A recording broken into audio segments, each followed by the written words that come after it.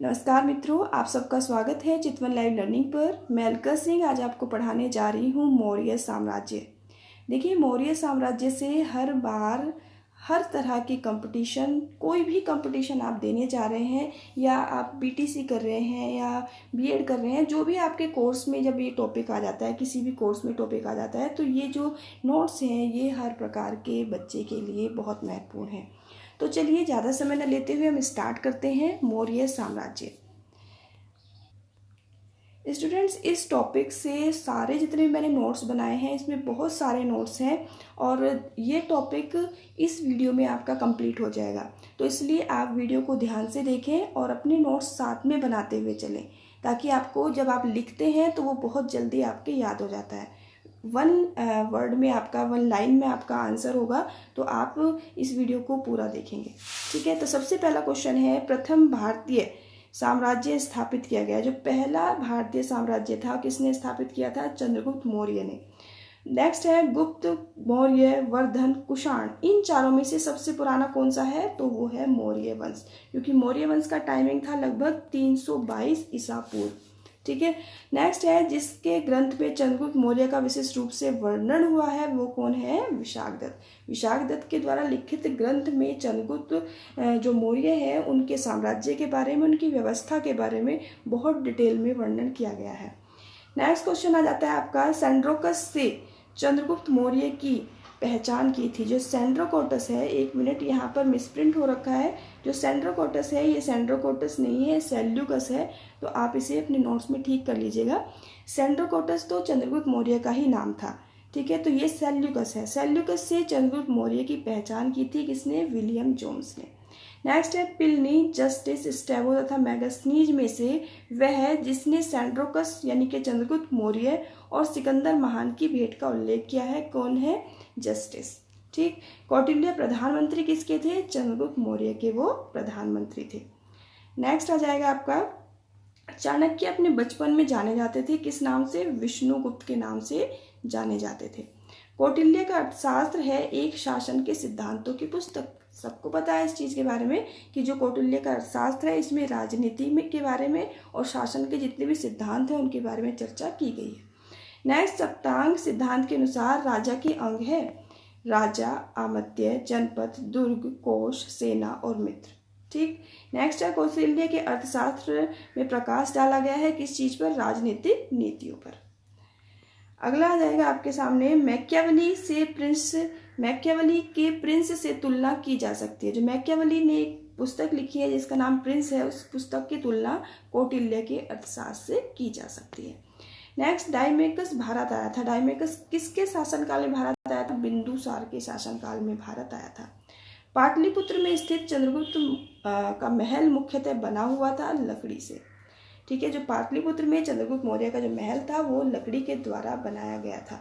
जिस प्राचीन नगर के अवशेष कुम्हार स्थल से प्राप्त हुए हैं वह है पाटलिपुत्र।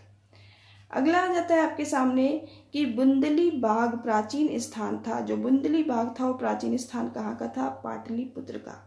नेक्स्ट, अशोक, चंद्रगुप्त, बिंदुसार तथा कुणाल में से मौर्य साम्राज्य जिसने दक्कन की विजय प्राप्त की थी वो थे चंद्रगुप्त मौर्य।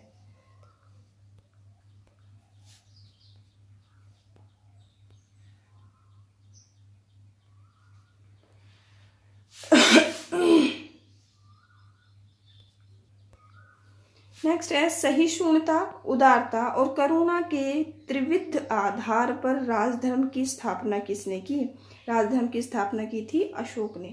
नेक्स्ट है, अफगानिस्तान, बिहार, श्रीलंका तथा कलिंग में से वह क्षेत्र जो अशोक के साम्राज्य में सम्मिलित नहीं था, तो वो क्षेत्र है श्रीलंका।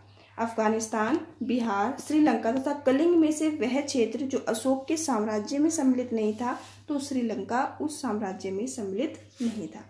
अगला आ जाता है, अशोक के तृतीय मुख्य शिलालेख या द्वितीय शिलालेख, नवा मुख्य शिलालेख तथा प्रथम स्तंभ अभिलेख में से वह जिसने दक्षिण भारतीय राज्यों का उल्लेख मिलता है उसे द्वितीय मुख्य शिलालेख कहा जाता है। ठीक है, अगला जाता है, भारत के प्रथम अस्पताल एवं औषधि बाग का निर्माण करवाया। भारत के अंदर जो प्रथम अस्पताल का और औषधि भाग का निर्माण करवाया था वो करवाया था अशोक महान ने। अगला जाता है, अशोक ने बौद्ध होते हुए भी हिंदू धर्म में आस्था नहीं छोड़ी। इसका प्रमाण है, किस चीज़ के प्रमाण मिलता है? देव नाम प्रिय की उपाधि, ठीक है, क्योंकि उसे देव नाम प्रिय की उपाधि प्राप्त थी। और ये कहा जाता है कि जो अशोक है वो शंकर भगवान को पूजते थे, शंकर भगवान को वो मानते थे। अगला जाता है, अशोक के शासनकाल में बौद्ध सभा आयोजित की गई। कहाँ पर आयोजित की गई थी? पाटलिपुत्र में, ठीक। मौर्य शासन जो बौद्ध धर्म के अनुयायी थे उनको कहा गया है, मौर्य शासक जो बौद्ध धर्म के अनुयायी थे अशोक और दशरथ, ये दोनों बौद्ध धर्म के अनुयायी थे, ठीक है। आपने पता भी होगा कि अशोक ने बाद में बौद्ध धर्म को अपना लिया था। कलिंग युद्ध जो है विजय करने के बाद उन्होंने बौद्ध धर्म को अपनाया और बाद में बौद्ध धर्म का बहुत प्रचार प्रसार किया। अगला आ जाता है, रज्जुक थे। रज्जुक कौन थे? मौर्य शासक के में अधिकारी थे एक। उसके बाद है, सार्थवाह कहते थे। सार्थवाह कहते थे किसे? व्यापारियों के काफिले को सार्थवाह कहा जाता था। अगला आ जाता है आपके सामने कि आग्राहिक युक्त प्रादेशिक तथा रज्जुक में से वह अधिकारी जो मौर्य प्रशासन का भाग नहीं था उसे आग्राहिक कहा जाता था। नेक्स्ट, सारनाथ स्तंभ का निर्माण किया था किसने? सारनाथ स्तंभ को बनवाया था अशोक महान ने सारनाथ स्तंभ का निर्माण करवाया था। अगला है, सर्वश्रेष्ठ स्तूप मानते हैं। क्या मानते हैं? सांची को मौर्य काल का सर्वश्रेष्ठ स्तूप माना जाता है। सांची स्तूप बनवाया था किसने? बनवाया था सांची स्तूप को अशोक ने। वेरी शॉर्ट है, सारे बहुत इंपॉर्टेंट है, तो आप इस वीडियो को पूरा देखेंगे और अपने नोट्स साथ में बनाते हुए चलेंगे, ठीक है। अगला आता है, सुमेलित है, ठीक है। स्थान आ जाता है यहाँ पे, स्थान और स्मारक। स्थान यानी ये जो स्थान है ये इस स्थान से सुमेलित है। तो कौशाम्बी कहाँ पर? कौशाम्बी जो है वो एक स्थान है जिसमें कौन सा स्मारक बना हुआ है? घोषिता राम मठ यहाँ पर बना हुआ है, एक स्मारक है। कुशीनगर के अंदर राणा भार स्तूप पाया जाता है, राणा भार स्तूप का निर्माण वहाँ पर हुआ है। अगला है, सारनाथ में धमेख स्तूप जो है मिला है। श्रावस्ती के अंदर से सहेत महेत स्तूप मिला है, ठीक है। ये इस तरह से मैचिंग फॉर्म में भी एग्जाम में पूछ लिया जाता है, एक दूसरे को मैच करते हुए, तो ये बिल्कुल करेक्ट लिखे हुए हैं आमने सामने। आगे आ जाता है, सम्राट अशोक की तीर्थ यात्रा का सही क्रम है। तो सबसे पहले सम्राट अशोक ने जो तीर्थ यात्रा की थी, सबसे पहले गया की थी, फिर कुशीनगर, फिर लुम्बिनी, कपिलवस्तु, सारनाथ और श्रावस्ती। इस तरह से भी सीक्वेंस में एग्जाम में पूछा जा सकता है कि इसको क्रम से लगाइए, ठीक है, ऊपर नीचे करके।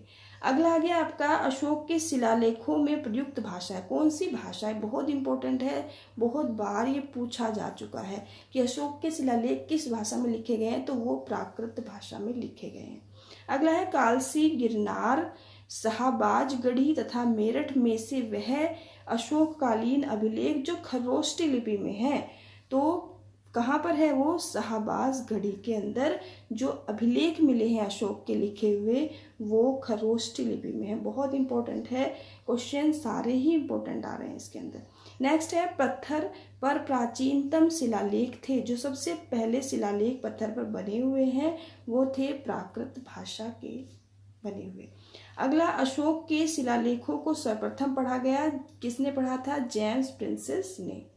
वह स्थान जहाँ प्राक अशोक ब्राह्मी लिपि का पता चलता है, ब्राह्मी लिपि में लिखे हुए हैं, तो वो है अनुराधापुर। बहुत इंपॉर्टेंट है, इस तरह से पूछा जाता है एग्जाम में कि वह स्थान जहाँ पर ब्राह्मी लिपि में अशोक के स्तंभ जो अभिलेख मिले हैं, और वह स्थान जहाँ कौन सी लिपि में मिले? खरोष्टी लिपि में मिले हैं, ठीक है। तो इस तरह से एग्जाम में पूछ लिया जाता है।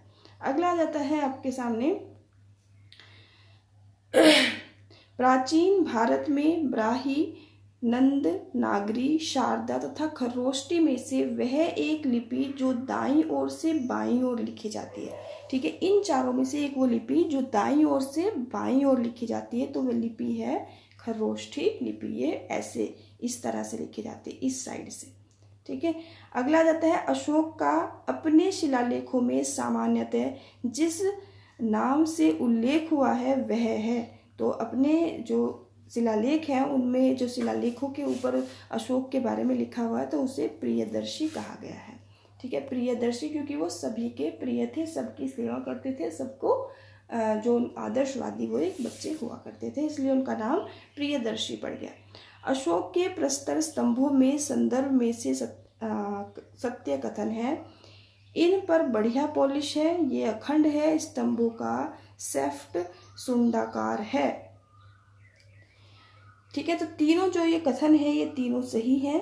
इन पर लिपि जो है वो जो पॉलिश है वो अच्छी है और ये अखंड पत्थर बने हुए हैं। शिलालेख जो है वो इनके जो पत्थर है वो अखंड है, टूटे हुए नहीं है और स्तंभों का जो सेफ्ट है वो सुंडाकार है। अगला आ जाता है कलसी रुमनिम देई विशिष्ट कलिंग राजा देश मास्की में वह अभिलेख जिसमें अशोक के व्यक्तिगत नाम का उल्लेख मिलता है तो वो है मास्की। ठीक है। अगला गुर्जरा नेटर व उडेग्लोलन अभिलेखों में भी नाम मिलता है। किसका मिलता है? अशोक का। कहाँ पर? गुर्जरा नेटर व उडेगोलन अभिलेख में किसका नाम मिलता है? अशोक का नाम मिलता है।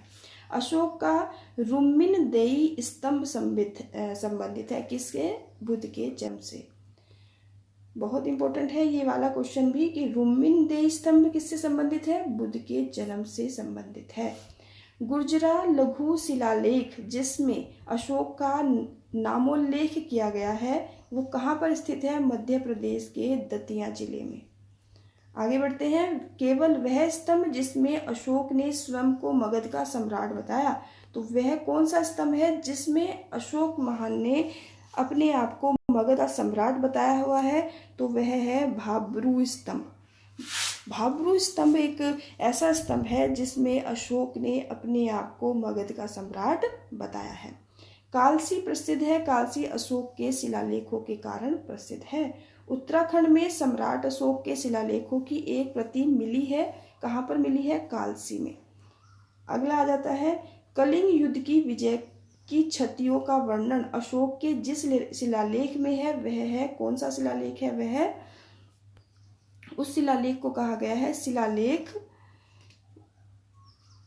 13। शिलालेख 13। उसके बाद है अशोक का पूर्ण रूपेण धार्मिक सहिष्णुता के प्रति समर्पित अभिलेख है शिलालेख 12। अशोक के जो प्रमुख शिलालेख संगम राज्य के विषय में बताते हैं उनमें सम्मिलित है दूसरा और 13वां शिलालेख। ठीक है।